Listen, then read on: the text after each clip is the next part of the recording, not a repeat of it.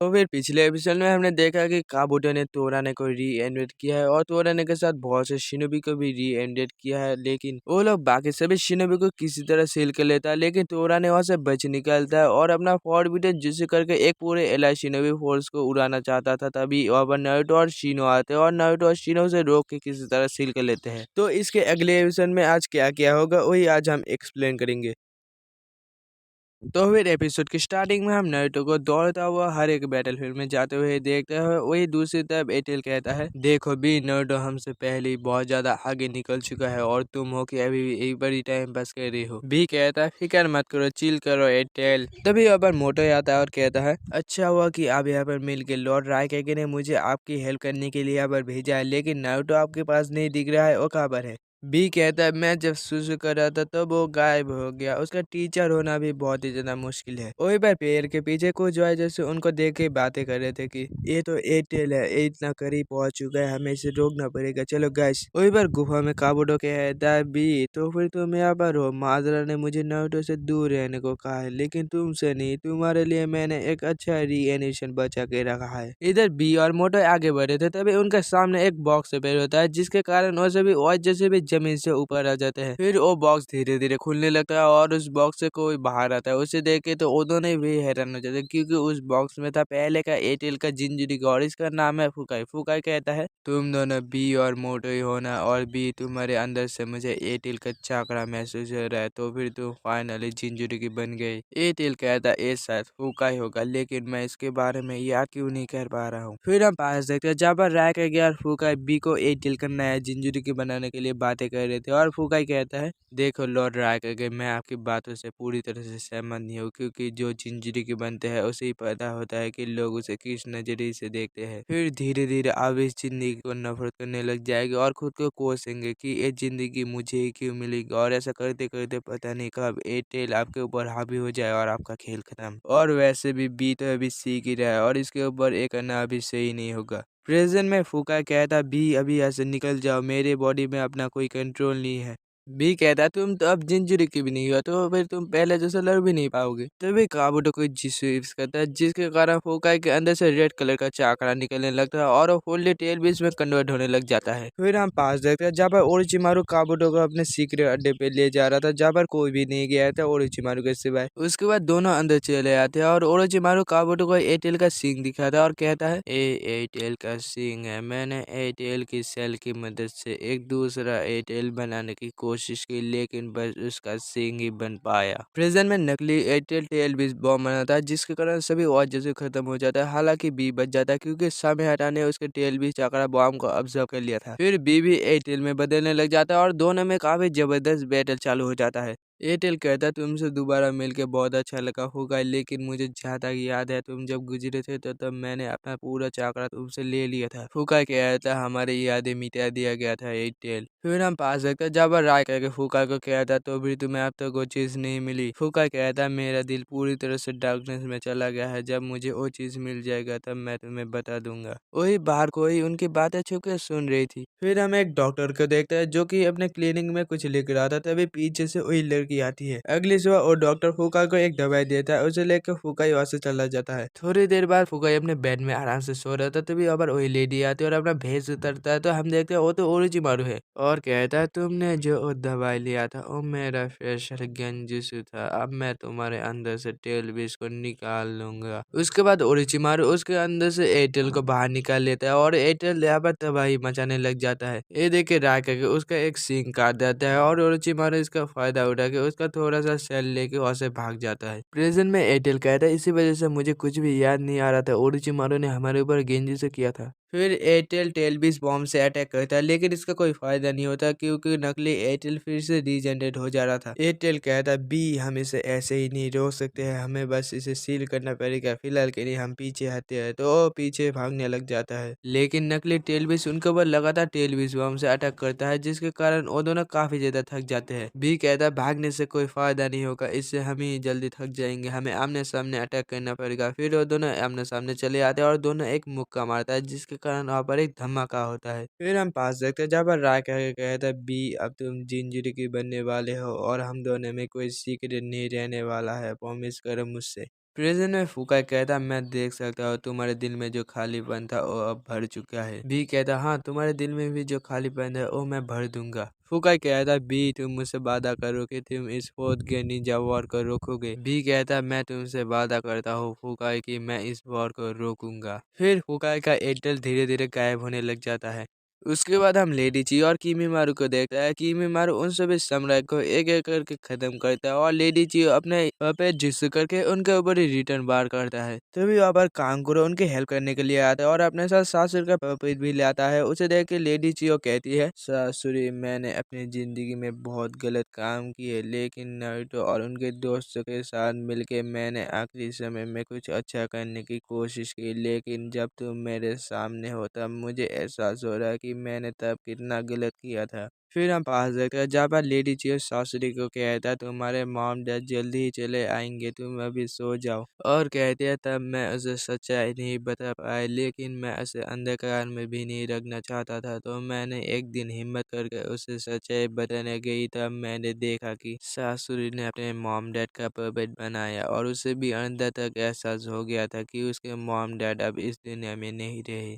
फिर 2 साल बाद सासुरी अपने घर में पपेट्स बना रहा था, तभी उसका दोस्त कोमोशी पर आता है और कहता है सासुरी क्या तुम पपेट बना रहे हो, क्या मैं भी तुम्हारा पपेट देख सकता हूँ? वाह इस पपेट का हाथ तो एकदम रियल ह्यूमन जैसा ही है, क्या तुम मेरे लिए भी ऐसा एक पपेट हाथ बना दोगे? क्योंकि तुम्हें तो पता ही होगा कि मिशन के दौरान मैंने एक हाथ खो दिया था। हे सासुरी क्या तुम मेरी बात सुन भी रही हो? फिर लेडी चियो सासुर के कमरे में जाता है। वहीं पर कोमोशी बाहर आते हुए अपना पपेट हाथ लेडी चियो को दिखाते हुए कहता है देखो लेडी चियो सासुरी ने मुझे कितना कमाल का और परफेक्ट पपेट हाथ बना के दिया है। इसे पहन के तो लगता है कि ये मेरे हाथ का हिस्सा है और मेरे हाथ को पहले कुछ हुआ ही नहीं था। थोड़ी देर बाद कोमोशी के हाथ में पॉइजन फैल जाते हैं और लेडी चियो कहती है सासुरी ये तुमने क्या किया? अब इस पॉइजन का एंटीडोट क्या है, मुझे जल्दी से बताओ। कोमोशी कहता है नहीं इसमें सासुरी की कोई गलती नहीं है। कुछ दिन बाद कोमोशी चल बसता है और उसकी मम रोते हुए सासुरी को पकड़ते हुए कहता है प्लीज कोमोशी को मुझे लौटा दो, उसका पपेट हाथ तुम्ही ने लगाया था प्लीज। फिर लेडी चियो अपने कमरे में सोच रही थी कि कोमोशी के साथ जो भी हुआ वो बहुत ही बुरा हुआ, लेकिन सासुरी का वो एक लौता दोस्त था तो सासुरी उसके साथ ऐसा क्यों करेगा। उसके बाद लेडी चियो को याद आता है कि कोमोशी ने एक बार इसे कहा था कि सासुरी जो भी पपेट बनाता है वो एकदम रियल ह्यूमन जैसा ही लगता है। तो लेडी चियो दौड़ता हुआ सासुरी के कमरे में जाता है और वहाँ पर जाके देखता है कि सासुरी ने जो पपेट बनाया था वो तो कोमोशी है। प्रेजेंट में लेडी चियो कहते हैं सासुरी को जब प्यार की जरूरत थी तब मैं उसके साथ नहीं थी, ये सब मेरी गलती है कि सासुरी ऐसा बन गया था। उसके बाद लेडी चियो सभी समर को कंट्रोल करके कांगोरो की तरफ भेज देता है, लेकिन कांगोरो सासुरी के मॉम डैड का यूज करके उन सभी चाकरा रोप को काट देता है। सासुरी के मॉम डैड को देख के लेडी चियो एकदम हका बका रह जाती है और कांगोरो कहता है मैंने सासुरी के मॉम डैड को रिकवर करके ठीक कर दिया था तब। फिर हम पास देखते हैं जहाँ पर सकुरा कहते हैं सासुरी एक परफेक्ट पपेट नहीं था, वो एक इनकम्प्लीट पपेट था। कांगोरो कहता है मैं सासुरी के मॉम डैड के पपेट के अंदर सोल को महसूस कर पा रहा हूँ, पता नहीं क्यों। सकुरा कहते हैं ग्रैनी चियो ने कहा था कि सासुरी अपने मॉम डैड के पपेट से बड़ी आसानी से डॉज कर सकता था, लेकिन उसने डॉज नहीं किया।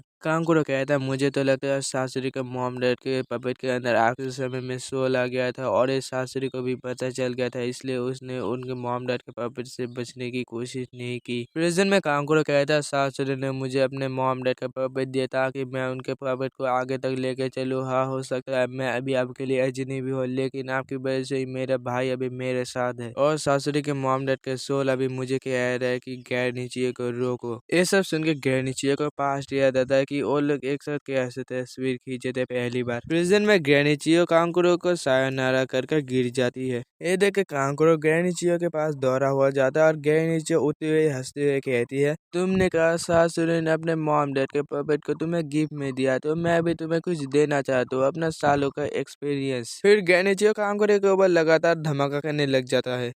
इधर आकर गुस्सा होकर कहता क्या ओमुई बैटलफील्ड को छोड़ के भाग गया है? फिर काकाशी कहता है ओमोई ने मुझे कहा था कि वो जल्द ही लौट आएगा, लेकिन ये कह के वो अभी तक नहीं आया। इधर राके कहता है ओमोई तुम आखिरकार सोच के आ रहे हो, एक भी आदमी अगर बैटल फील्ड से कम हो जाए तो इसके लिए हमें भारी नुकसान भी चुकाना पड़ सकता है। साई कहता तब ओमोई ने हमारी बातें सुनी थी कि हमारे और 2000 जासूस आ रहे, ये सुन के ही वो भाग तो नहीं गया। ओमोई राके कहता लॉर्ड रायकागे हमें एक खबर मिली है, यूनिट 7 काकाशी की टीम को सप्लाई देने जा रहे थे, तभी उनको बहुत सारे वाजेस ने घेर लिया है और तकरीबन 2000 है। लेडी सेनाटे कहते यूनिट 7 ये वाला कौन सा यूनिट है? राके कहते वो 7 लोगों का ग्रुप है, मुझे लगा था कि वो लोग वॉर के लिए एकदम तैयार है, लेकिन ऐसा हो जाएगा मुझे पता नहीं था। तो लेडी सेनाटे कहते जल्दी से यूनिट 7 का चक्रा का पता लगाओ। ये सुनते वो सभी सेंसिटिव निंजा अपने काम में लग जाते हैं। तभी ओमुई एक सेंसिटिव निंजा की मदद से किया आया था, वो सभी एकदम सही सलामत है, मुझे बस 1 घंटा दो, मैं उनको जल्दी से ले आऊंगा। कारू कहता है बकवास बंद करो, हर एक यूनिट में कोई ना कोई खतरा रहता है, जल्दी से अपने यूनिट में जाओ। लेकिन ओमुई इसकी बात भी नहीं सुनता और वहाँ से निकल जाता है। कारू राके कहता है सॉरी राके, मैं ओमुई को रोक नहीं पाया। तो लेडी सुनाडे कहते हैं काकाशी, गाय, ली और साई क्या तुम ओमुई के बिना वहाँ पर 1 घंटे संभाल सकते हो? गाय कहता है 1 घंटे के हम सारा दिन उनको यहाँ पर रोक सकते हैं। लेडी सुनाडे कहते हैं आपने सुन लिया ना राके के, और तुम लोग पता लगाओ कि नारुतो का क्लोन अभी कहाँ पर है, उसका एक क्लोन पूरे विलेज को बचा सकता है। उधर ओमुई दौड़ते दौड़ते सोचता है कि मैंने अगर उन सभी वाजेसु को अकेले खत्म कर दिया तो राइकागे इससे खुश हो के अगला राइकागे मुझे ही बना देंगे। फिर ओमुई पहाड़ की चोटी में जाके खड़ा हो जाता है और वैसे सामने देखते तो सामने वाजेसु का ढेर लगा हुआ था, और कहता अभी अगर मैं पीछे हट जाऊँ तो राइकागे मुझे डरपोक समझ के फिर से विलेज भेज देंगे। तभी ओमुई के सामने बहुत सारे वाजेसु आ गए थे। अब तो ओमुई बुरी तरह से फंस चुका है, तो ओमुई हिम्मत करके उन सभी से बैटल करने चला जाता है